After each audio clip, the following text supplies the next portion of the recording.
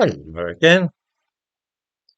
One cannot help but notice how swiftly white British men are brought to justice these days in this country and sternly punished, as opposed to the more leisurely way in which the process apparently works for those belonging to visible minorities who are guilty of precisely similar offences.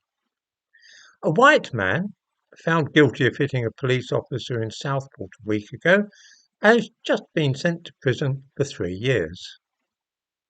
Two Muslims returning from Pakistan on July the 23rd were filmed punching several police officers at Manchester Airport, including a female officer whose nose was broken. They haven't even been charged yet, much less convicted and sent to prison. In the description to this video, I give links to these two cases. I may be wrong, of course. The conclusions I draw about this discrepancy in treatment of the two cases by our judicial system are, I think, as follows. Prime Minister Keir Starmer said a couple of days ago that white rioters were to be arrested and quickly convicted. He made it clear that he wanted to see some pretty severe punishments dished out. This accounts for the unseemly haste with which the usually sluggish legal system has moved when it comes to those arrested following the disorder in Southport.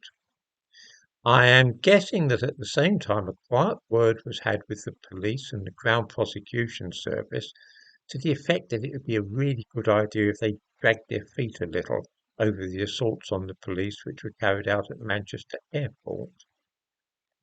This would explain why the white guy who struck a police officer a week ago is already in prison, beginning a 3-year sentence, while the man who broke a policewoman's nose was giving a press conference yesterday in which he had the sheer, unadulterated chutzpah to demand compensation.